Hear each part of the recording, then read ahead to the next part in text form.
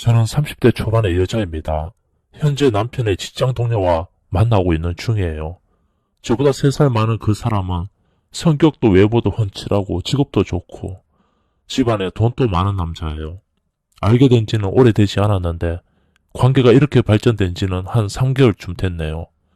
남편이랑 1년 조금 넘게 연애해서 결혼했고 많이 사랑했었는데 결혼하고 이런저런 돈 문제로 사고치는 거 뒷수습하고 바쁘게 살다 보니 연애 때와는 다른 모습이 남편에게 조금씩 보이더군요. 실망스러웠습니다. 그 뜨겁던 사랑도 신혼의 즐거움도 없어 훅 사라지던 애정이 꺼져버리고 내가 왜 결혼을 했을까라는 후회만 남더라고요. 그러다 남편의 입사 동기인 친구들과 볼링 동호회에 가입하면서 친해졌고 저녁 식사 마치면 뒤풀이로 주로 저희 집에 항상 모였습니다. 남자 셋 다 미혼이라 그런지 일주일에 한 번 이상은 봤던 것 같습니다.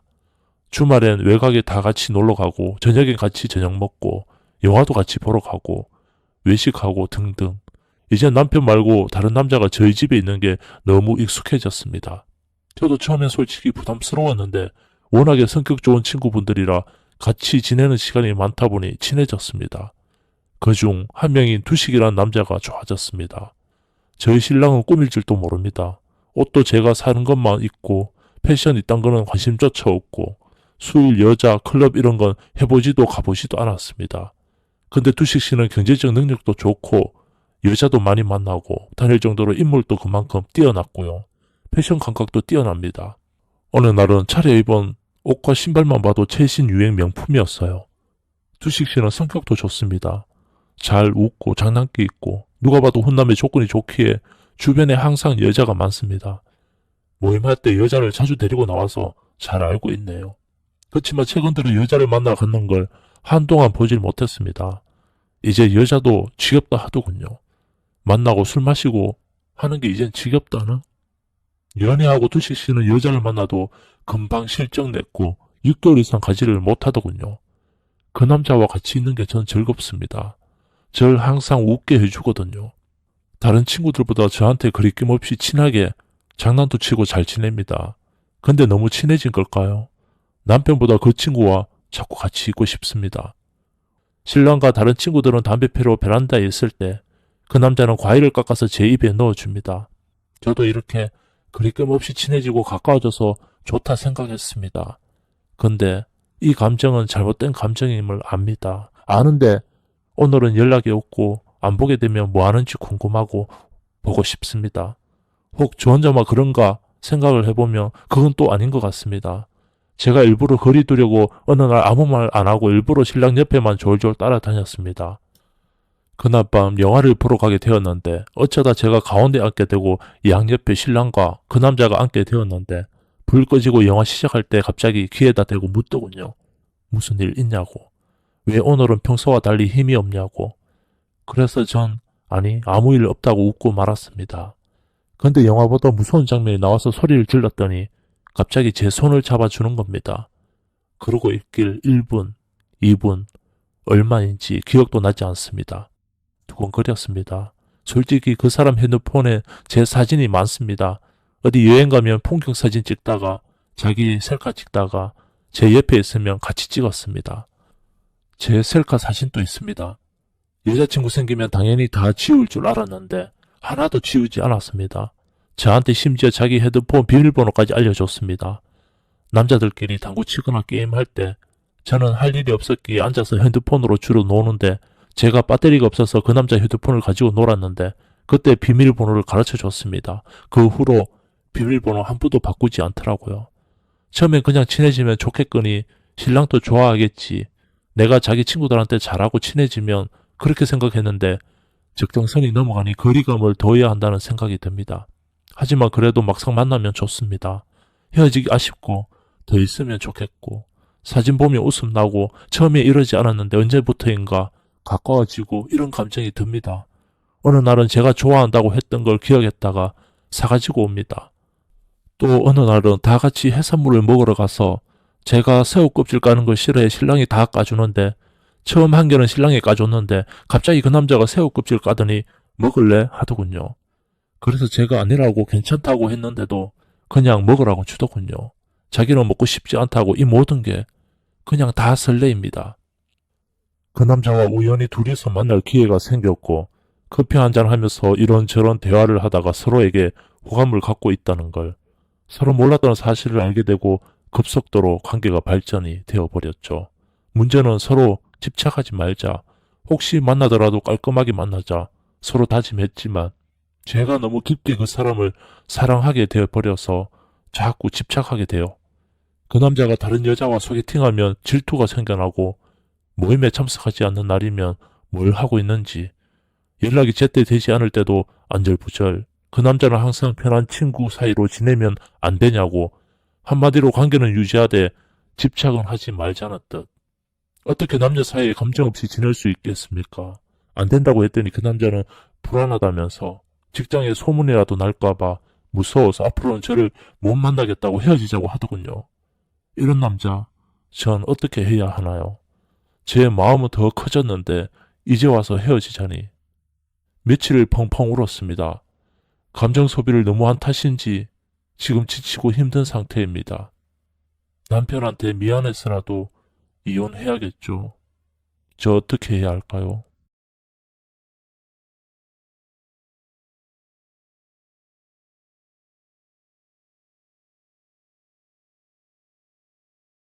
오늘의 사연 시작합니다. 안녕하세요. 저는 40대 여자입니다. 제가 부동산 쪽에서 일을 하면서 있었던 일에 대해 이야기를 한번 해보려고 합니다. 남편은 나이 50 먹고 갑자기 뭔 사업을 해보겠다고 회사를 때려치고 나와 퇴직금 까먹으며 집에 들어앉아 있은 지 몇 달이고 저는 식당에서 일을 하며 생활비에 보태고 있었습니다. 그러다가 친한 언니가 남편 때문에 힘들어하는 저를 보고 자기 밑에서 일할 생각이 없냐고 하더라고요. 너는 성격도 좋고 주변에 사람이 모이는 스타일이라 아마 하면 잘할 것 같다고요. 그 언니는 부동산 일을 하고 있었는데 저보고 사람들 집 좀 보여주고 그냥 업무 알려주는 거 조금 하고 계약 성사건 있으면 인센티브로 좀 더 챙겨주고 그런다고요. 힘들게 식당에서 일하는 것보다야 많이 벌 수 있다고 하더라고요. 천천히 알려줄 테니까 걱정하지 말라고요. 저는 언니의 말에 너무 고맙다고 인사를 하고 일을 배워서 언니 밑에서 일을 하기 시작했습니다. 그때까지도 남편 놈은 뭔 놈의 사업 구상만 주구장창 하는지 뭔가 성과가 나타나는 게 없었어요. 맨날 사람들 만나서 술이나 마시러 다니고 그러는데 이게 다 사업을 위한 발판이라고 말 같지도 않은 소리만 늘어놓더라고요. 애들 대학도 보내고 그래야 되는데 월급 따박따박 나오는 회사나 꾸준히 다닐 것이지. 왜 쓸데없이 사업을 한다고 하는지 이해가 되지 않았습니다. 일을 몇 달 배워보니 일하는 게 재미있고 능숙해지더라고요. 제가 인복이 많아서 주변에 사람도 많고 금방 친해지는 편인 성격인데 이 일을 하면서 덕을 많이 봤습니다. 건물이며 집이며 매물 필요할 때마다 저를 찾아주고 계약을 해줘서 너무 고마웠어요. 그러다 보니까 언니도 저한테 인센티브 명목으로 월급도 넉넉히 챙겨주고 그랬습니다. 종일 힘들게 식당 서빙하고 설거지하고 받는 돈은 얼마 안 돼서 힘들었었는데 참 나도 진작에 공부 좀 하고 살 걸 후회스러웠어요. 평소처럼 일을 하고 있던 날이었습니다. 요즘은 시스템이 잘 되어 있어서 여러 경로를 보고 연락을 주시는 경우가 많아요. 전화가 왔는데 매물을 보고 싶다고 하더라고요. 안녕하세요. 매물 보고 연락드립니다. 혹시 아직 남아 있나요? 네, 안녕하세요. 106동 1102호 말씀하시는 거죠? 아직 남아 있고요. 지금 집은 비어 있는 상태라 언제든 집 보시고 빠른 입주 가능합니다. 오늘 오후 3시쯤 보러 가고 싶은데 괜찮을까요? 네, 그러면 3시쯤에 106동 앞에서 뵐게요. 보기로 한 매물이 비싼 아파트라 저는 신났습니다. 약속 시간이 돼서 아파트 앞으로 갔고 전화가 오더라고요. 네, 여보세요? 아, 저 도착했습니다. 전화를 끊고 보니 집을 보러 오신 분이 옆으로 왔습니다. 안녕하세요. 네, 안녕하세요. 집 보러 올라가실까요? 집을 보러 온 남자가 저를 보며 웃더라고요. 어디서 많이 본 것 같은 얼굴이었는데 어디서 봤는지 기억이 나지를 않았습니다. 인상이 참 좋으시네요. 가족분들이랑 거주하시는지 보시는 거예요? 자꾸 저를 보며 미소를 짓는 남자를 보니 어색하고 그래서 괜한 말을 걸었어요. 아니요, 그냥 저 혼자 가끔 와서 지내려고요. 사업 때문에 계속 왔다 갔다 해야 돼서요. 그러시구나. 여기가 그리고 교통편이 좋아서 다른 곳 왔다 갔다 하시면 지내시기 너무 좋아요. 저는 아파트의 교통편 장점을 계속해서 어필을 했고 집을 보여줬습니다. 남자는 집을 대충 둘러보더라고요. 저는 집이 마음에 안 드나 생각을 했습니다. 집은 마음에 드세요? 네, 괜찮네요. 남자의 무미건조한 반응에 공쳤다고 생각을 하고 있었어요. 계약할게요. 바로 계약을 한다는 소리에 기분이 좋아졌습니다. 엘리베이터를 타고 내려오는데 그러더라고요. 근데 저 누군지 모르겠어요? 네? 누구? 죄송해요. 저희가 어디서 봤었나요? 되게 서운하네. 나는 딱 알아보겠던데. 나야, 종훈이. 종훈? 종훈 오빠? 어머, 이게 얼마만이야? 잘 지냈어? 얼마 전에 영희 봤어. 그래서 너 어떻게 사는지 궁금해서 물어봤다가 요즘 부동산 일 하고 있다 그래서 어차피 필요하니까 너한테 연락한 거야. 이 남자는 제가 대학교 때 사귀었던 남자친구의 친구였어요. 세월이 흘러 멋진 사업가가 되었더라고요. 너무 반가웠습니다. 아니, 왜 처음부터 말을 안 했어? 와, 오빠 너무 잘생겨진 거 아니야? 그러니까 내가 못 알아봤지? 나는 알아볼 줄 알고 말 안 했는데 끝까지 몰라서 서운하더라. 시간 괜찮으면 밥이라도 같이 먹으면 좋을 텐데. 그러게, 너무 반갑다. 근데 내가 지금 일하는 중이라. 오늘 이 정도면 큰 건 한 거 아닌가? 조금 일찍 퇴근한다고 해. 내가 계약금 미리 넣어줄게. 얘기해볼까? 잠깐만. 저는 언니한테 전화해서 사정을 얘기했고, 언니는 수고했다고 일찍 퇴근하라고 했습니다.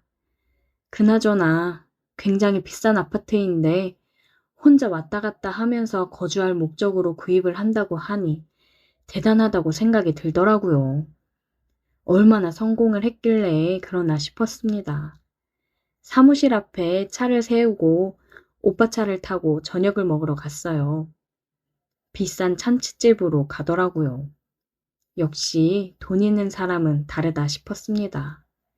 제일 비싼 코스로 주문을 하는데 너무 비싸 벌벌 떨리더라고요. 술 한 잔씩 하면서 얘기를 나눴어요. 어떻게 지냈는지, 어떻게 지내고 있는지 얘기를 나눴습니다. 오빠는 결혼해서 고향에서 사업을 하다가 사업차 서울에 다시 올 일이 있어서 왔다고 하더라고요. 참, 결혼한 여자는 얼마나 행복할까 싶었습니다. 누구는 남편 놈이 회사 때려쳐 사업한답시고 술이나 퍼먹고 다니는데 누구는 사업한다고 비싼 아파트 턱턱 사고 참 부럽더라고요. 그리고 저에게 하는 오빠의 말이 저를 흔들었습니다. 그거 알아? 너 정식이랑 사귈 때 내가 너 많이 좋아했던 거. 진짜? 전혀 몰랐어. 그냥 데이트할 때 자꾸 끼길래 왜 저러나 생각하긴 했는데. 많이 좋아했어. 종종 너 생각나더라. 그래서 다시 서울 온 김에 한번 볼까 했지. 세월이 흘러 나를 좋아했었다는 말을 들으니 나이가 먹어도 설레고 좋더라고요. 그러면서 진작에 알았으면 내 인생이 달라졌을 텐데 싶기도 했습니다. 술을 마시며 대화를 하다 보니 예전처럼 편해지고 좋았어요. 한참을 술을 마시며 대화를 이어갔습니다. 이제 다 먹고 가려고 나왔는데 오빠가 제 손을 잡더라고요. 집에 들어와야 돼? 아, 몇 시간 더 있어도 되긴 하는데 술도 많이 마셨겠다. 전에 저를 좋아했고 생각나서 보고 싶었다는 남자가 있는데 그것도 성공해서 엄청 잘 나가는 사람이 그러는데 어느 여자가 마다하겠습니까? 남편한테 들키던 말던 일단 저지르자 싶더라고요. 그렇게 우리는 자리를 옮겼고 넘지 말아야 할 선을 넘어버렸습니다.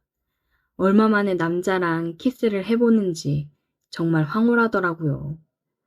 오랜만에 뜨거워지니 미칠 것 같았습니다. 홍콩을 몇 번을 갔다 왔는지 몰라요. 그 이후로 우리는 계약한 집에서 종종 만났습니다. 부부가 된 느낌이었어요.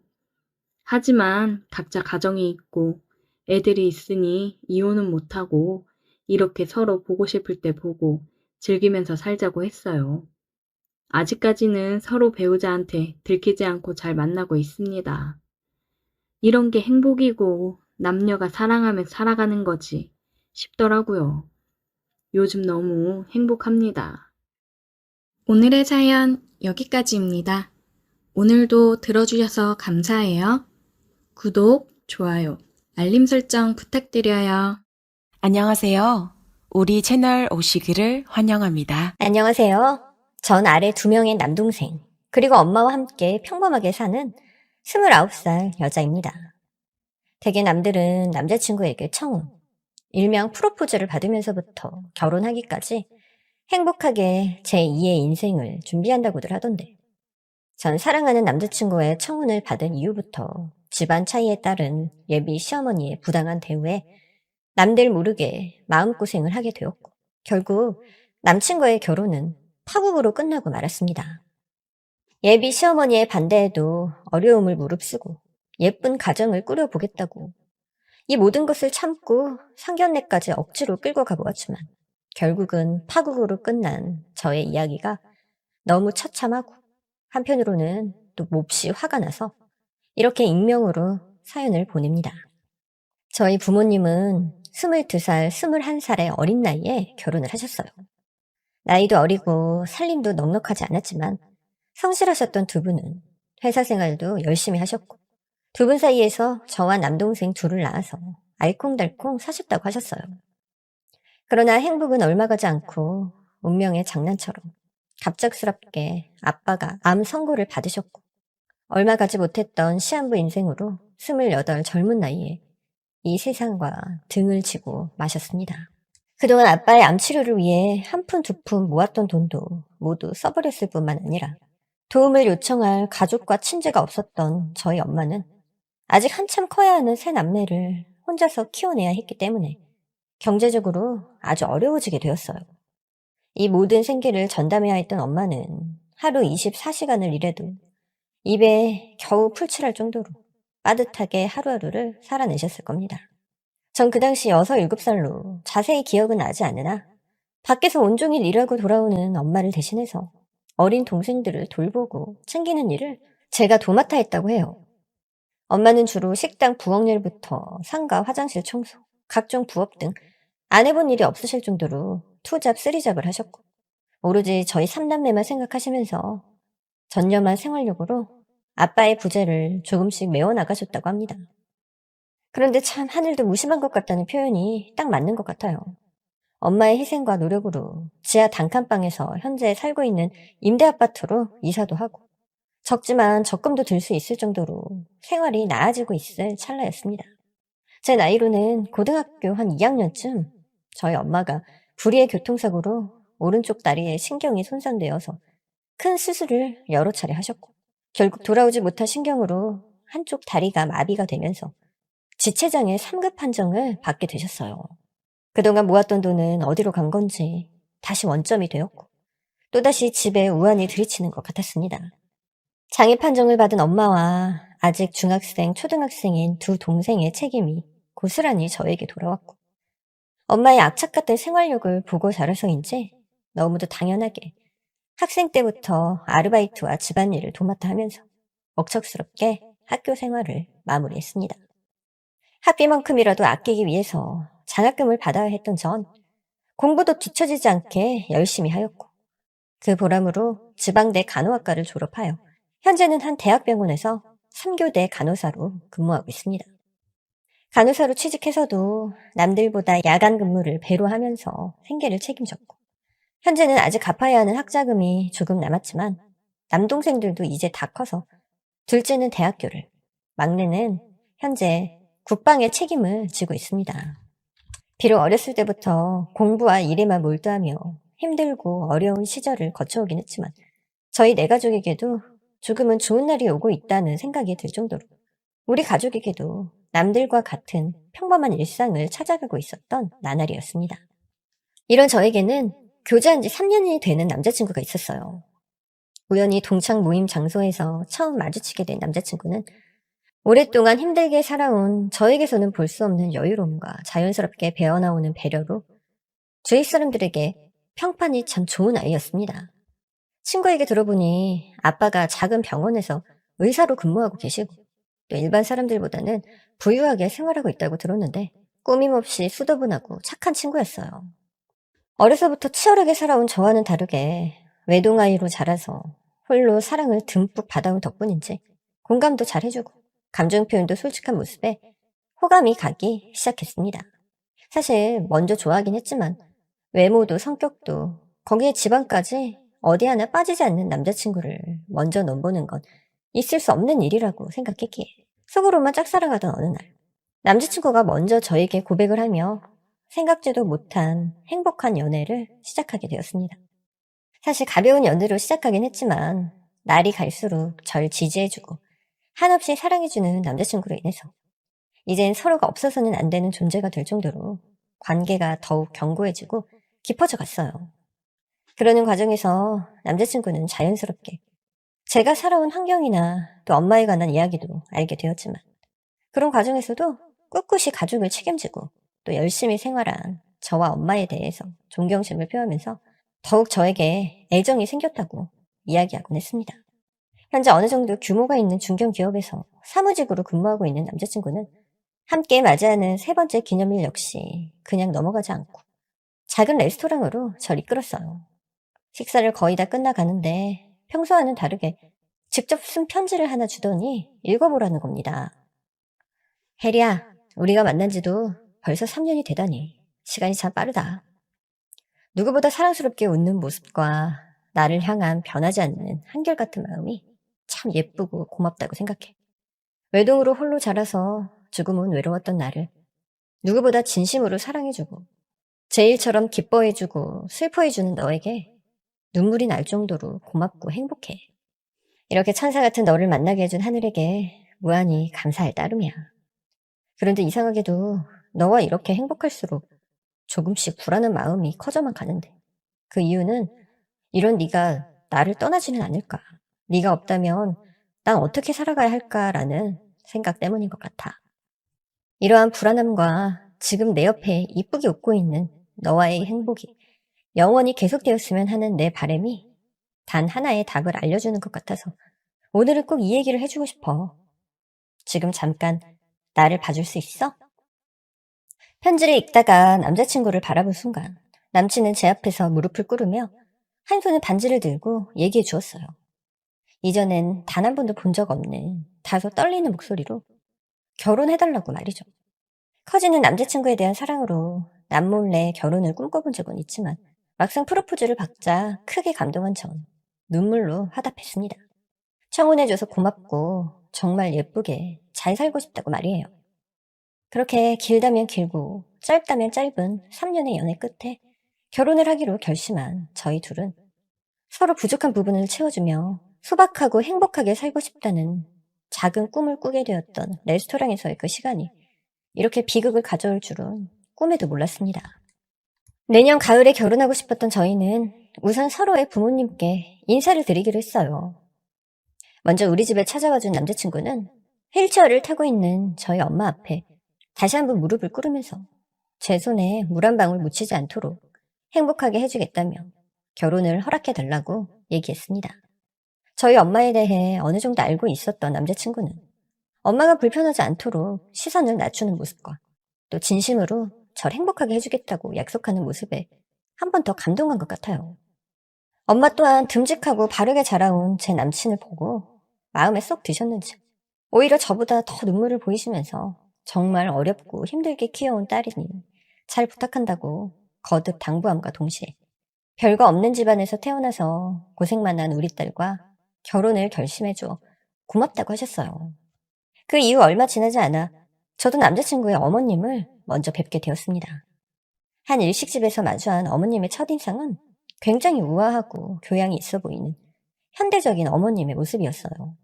그런데 어머님은 식사가 나오기도 전 취조하는 기분이 들 정도로 저의 직업과 집안 환경, 또 본거지는 어디인지 등을 묻기 시작하셨습니다. 아빠는 일찍 여의고 엄마와 두 동생과 함께 살고 있다는 이야기를 처음 꺼냈을 때부터 조금씩 일그러지기 시작한 어머님의 얼굴은 식사가 끝났을 때는 거의 무표정에 가까울 정도로 차갑게 변해 있었어요. 조금은 찝찝했지만 남자친구는 엄마가 원래 내성적이라 처음에는 인상이 차갑게 느껴지고 어렵지만 다음부터는 더 살갑게 대해주실 거라면서 걱정하지 말라고 하였기에 크게 신경 쓰지 않았습니다.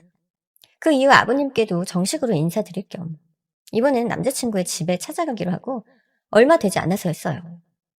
그날은 제 휴무날로 집에서 쉬고 있었는데 갑자기 모르는 번호로 전화가 오는 거였어요. 나 땡땡이 엄마다. 나 지금 땡땡 아파트 앞인데 여기 어떻게 들어가야 되니? 글쎄 남자친구 어머님이 말도 없이 저희 집에 찾아오신 거였습니다. 어떻게 아파트 앞까지 찾아오시게 된 건지 여쭤볼 겨를도 없이 아파트 앞에 와 있으니 당장 나오라고만 하시고 끊으신 탓에 총알같이 아파트 정문으로 나갔어요. 허겁지겁 정문에 다다르자 택시에서 내리신 어머님이 보였습니다. 인사를 드리는 저에게 인상을 쓰시며 하신 첫 말씀이 아직도 잊히지가 않네요. 너 기초생활 수급자 뭐 그런 건 아니지? 갑작스러운 질문에 너무 당황한 나머지 아니라고 대답하면서 어쩐 일이시냐고 여쭤보려는데 제 얘기는 듣지도 않고 바로 다음 말씀을 이어가셨습니다. 우리 아들이 그렇게 입이 마르도록 칭찬하는 너 어떻게 사나 한번 보려고 왔는데 세상에 대낮부터 술판 버리는 저 노인네들 노숙자들이야 아니면 여기 사는 사람들이야?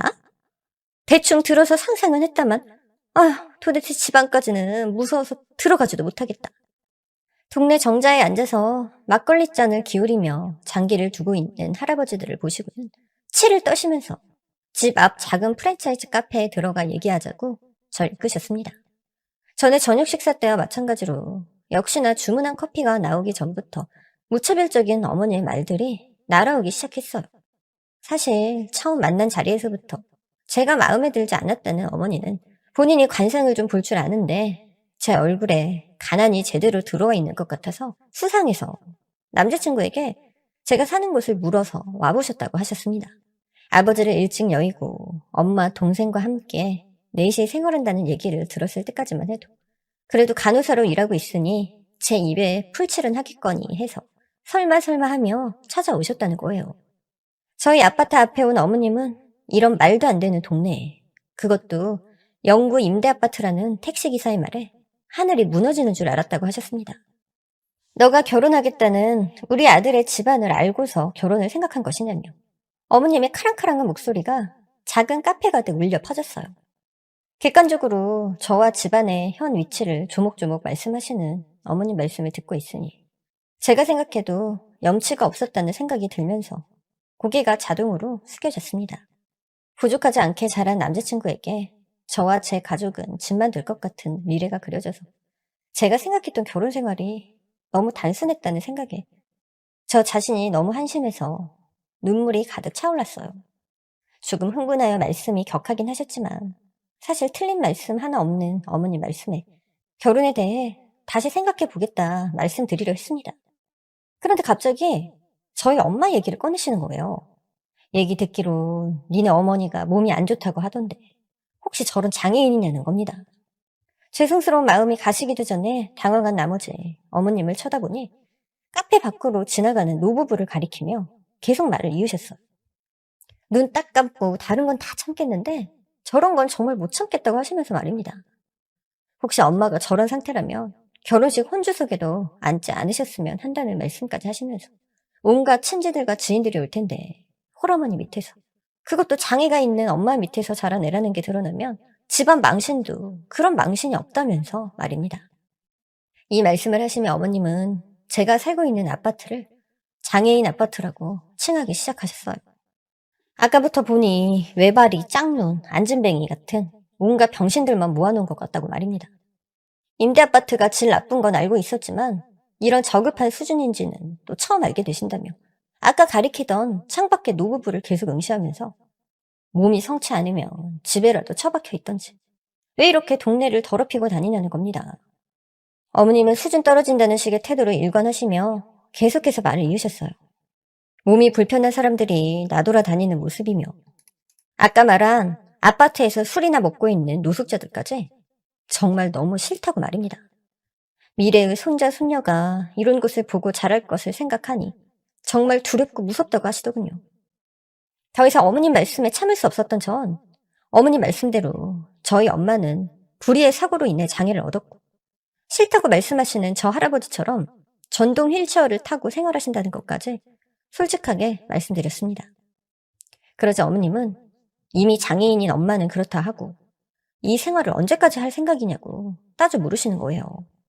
이에 지금까지 살면서 장애가 있는 엄마와 저희 집안 환경을 창피하게 생각하거나 부끄럽게 생각하지 않는다며 물론 잘 사는 형편은 아니지만 누구에게 손 벌릴 만큼 힘들지 않고 그런 일 또한 만들지 않을 것이니 제 가족의 생활에 대해서는 걱정하지 않으셔도 된다고 돌려 말씀드렸습니다.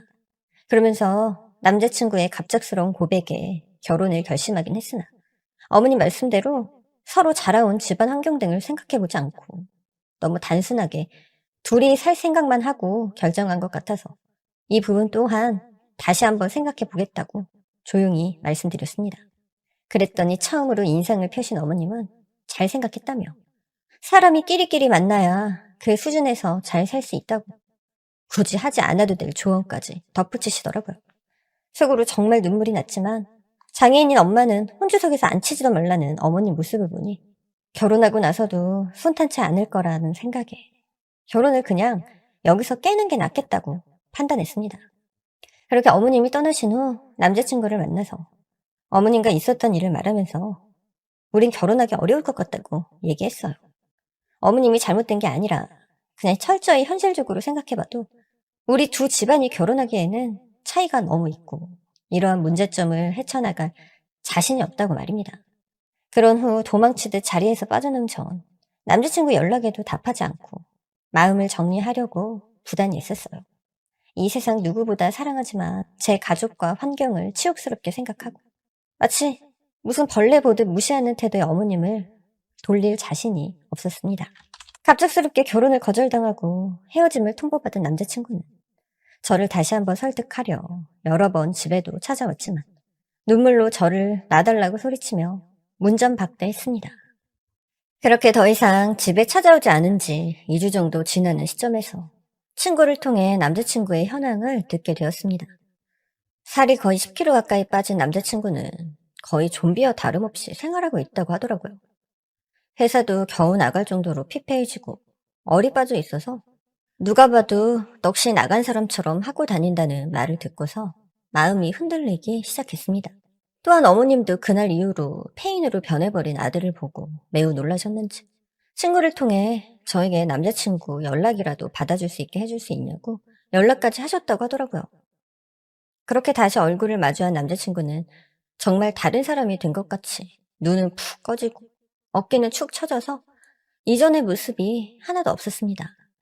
자신의 엄마의 무례했던 말과 행동이 있었다며 미안하다고 하신다며 이렇게 떠나지 말아달라고 눈물로 호소하는 남자친구를 보고 있자니 그저 저의 자격지심 때문에 사랑하는 사람을 벼랑 끝으로 내몬 것 같은 생각이 들었습니다.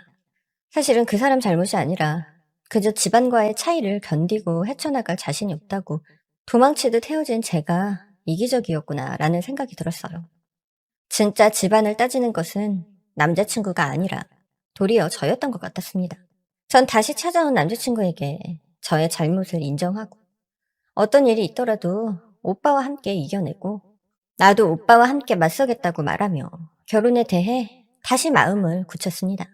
그 이후 지난번에 가지 못했던 남자친구의 집에 방문해서 아버님, 어머님께 정식으로 인사를 드렸어요. 그날 처음 뵌 아버님은 남자친구의 미래 모습을 보는 것만 같았습니다. 누구보다 인자하고 이해심이 많아 보이시는 아버님은 저의 집안에 관한 이야기는 짧게 들었으나 크게 문제되지 않는다고 말씀해 주시고 우리와 같이 너희 둘도 가정을 꾸려 예쁘게 사는 것이 가장 중요하다고 응원해 주셨습니다. 특히 저의 싹싹하고 예의 바른 모습이 보기 좋다고 말씀하시는 아버님을 보니 다시 한 번 더 이 결혼에 용기를 낼 수 있었어요. 저를 다시 본 어머님은 여전히 제가 마음에 들지 않으신 모양이지만 마지못해 저를 봐주시는 모습이었습니다. 제가 온 이후로 한마디도 없으시더니 대뜸 어머님은 상견례를 빨리 하고 싶다고 말씀하시더라고요. 이왕 이렇게 된 것 쇳볼도 단김에 빼라고 어른들끼리 만나서 결혼의 자세한 내용을 결정하고 싶으시다고 말입니다. 안녕하세요. 우리 채널 오시기를 환영합니다. 그러자 경혜는 육두 문자를 날리면서 너 같은 모자른 것들은 역시 참 멍청하다. 그 돈이 아직도 있을 것 같냐며 비웃었대요. 그러면서 사실은 결혼할 남자에게 사기를 당한 것이 아니라 오히려 본인이 사기를 치고 나왔다고 얘기하면서 돈이 없다고 뻔뻔한 태도로 일관했답니다. 그러면서 식당을 못한다고 이렇게 날 찾아올 게 아니라 너도 할 수 있으면 이런 일이라도 해서 돈을 벌라며 말 같지도 않은 이야기까지 서슴없이 했다고 했습니다. 저희 엄마는 참을 수 없는 배신감이 머리 끝까지 차올랐으나 자식들을 위한 사명감으로 억지로 참으면서 경혜의 두 손을 잡고 눈물로 호소했다고 해요. 전부를 갚지 않아도 되니까 제발 어느 정도라도 좀 줄 수 없냐고 말이죠. 그러자 경혜는 그 더러운 손 치우라고 하면서 엄마를 밀쳐냈고 술 취한 사람의 손길에 추풍 낙엽처럼 쓰러진 엄마는 그대로 맞은편에서 오는 트럭을 피하지 못하고 다리를 깔리는 사고를 당하게 된 것입니다. 그 이후 수술하는 과정에서 경혜는 잠적을 해버렸고 그렇게 저희 엄마는 장애를 얻게 되신 겁니다. 그랬던 경혜가 10여 년 전 엄마가 그렇게 찾아임했던 경혜가 의사 사모님으로 딸이 결혼하겠다는 집에 예비 시어머니로 눈앞에 나타난 거예요. 저희 엄마는 도저히 믿을 수 없다는 표정으로 이제 와서 너에게 돈이나 합의금을 달라는 게 아니다. 지금의 너가 이렇게 뻔뻔하게 의사 사모님 소리를 들어가며 살아가는 것도 1000번, 아니 10,000번을 양보해서 그럴 수 있다 치겠다. 그런데 그렇게 얻은 그 자리가 뭐라고 우리 딸과 집안을 무시하고 없인 여기는지 정말이지 이해할 수가 없다고 다그치셨습니다. 의사 집안? 이건 의사 집안이 아니라 순 사기꾼 집안 아니냐면서 이제는 아들을 팔아 사기치고 다니냐고 말입니다. 엄마에게 있었던 이야기를 처음 듣게 된 저 또한 너무 큰 충격을 받았습니다. 저 여자가 엄마를 이렇게 만든 장본인이라니. 그것도 모자라 저희 집 앞에서 했던 모욕적인 말들까지 더 이상 참아지지 않아서 저도 큰 소리로 덧붙였습니다. 당신은 한 사람, 아니 한 가정을 망가뜨려 놓고서 저희 가족을 임대 아파트에서 사는 거지로 취급한 것도 모자라 장애인인 엄마는 혼주석에 앉지도 말라는 말씀을 하신 거냐며 어떻게 사람이 돼서 그럴 수 있냐고 악에 받쳐 소리쳐버렸습니다. 좋은 마음에 도와주려고 했던 친구를 이렇게 배신하고 평생 다리를 잃고 살아가게 만들었으면서 우아한 척 고상한 척하며 남들을 무시하며 살 수 있냐고 말이죠. 엄마는 소리치는 저를 애써 진정하라고 다독이시면서 박경혜를 똑바로 쳐다보며 마지막으로 경고했습니다. 나는 어떠한 일이 있어도 술집 여자이자 사기꾼인 너에게 딸을 시집 보낼 생각 없고 특히 너 같은 인간도 안 된 집안이라면 아들이든 뭐든 더더욱 상종하기도 싫다고 말입니다. 이 어마어마한 이야기를 조용히 듣고 있던 아버님은 도저히 수치스러움을 참기 어려우셨는지 큰 소리를 내시며 자리를 박차고 일어나셨고 이를 따라 나서려는 박경희에게 따라오지 말라고 소리를 지르시며 자리를 황급히 떠나셨습니다. 그대로 자리에 주저앉아버린 박경희는 두려움으로 사시나무 떨듯 몸을 떨었고, 남자친구는 그런 엄마를 버리고 도망치듯 자리를 떠났습니다. 그런 후에 한 달이 지난 지금, 제 가족은 이전과 같이 다시 평화로운 일상을 되찾고 성실히 살아가고 있어요. 저와 동생들은 우리 가족을 힘들게 한 박경애를 당장 신고해서 감방에서 썩히자고 큰소리 쳤지만, 엄마는 어차피 불쌍하게 될 인생이니 그냥 무시하자고 하시더라고요. 들려오는 소식에 의하면 사기꾼 박경애는 남자친구 아버님과 이혼 절차를 밟고 있다고 했습니다. 알고 보니 아버님과 결혼하기 위해서 본인의 더러운 과거를 전부 지우고 신분 세탁을 했기 때문에 이런 박경애를 전혀 몰랐던 아버님이 충격으로 집에서 쫓아냈다고 해요. 그것도 모자라 살고 있던 동네에 소문이라도 날까봐 멀리 지방으로 이사를 하셨을 정도니까요. 남자친구도 그날이 있고 난 이후 연락이 끊겼습니다. 갑작스럽게 알게 된 엄마의 더러운 과거뿐 아니라 엄마의 말도 안 되는 행동으로 제 가족이 씻을 수 없는 피해를 당한 것을 알고 나서 저에게 다시 연락할 수 없었겠죠.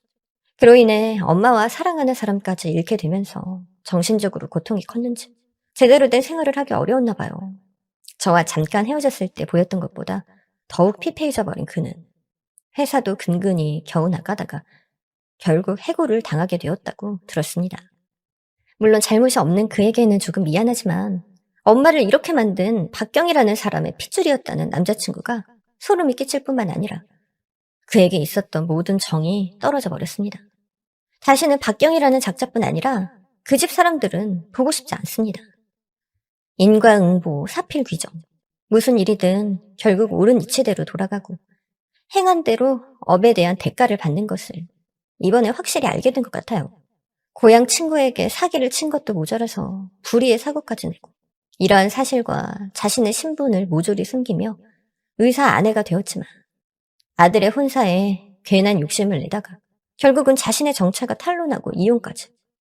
박경이라는 사람에게 하늘에서 천벌을 내린 것이 아닐까요? 지금까지 저의 이야기 들어주셔서 감사합니다.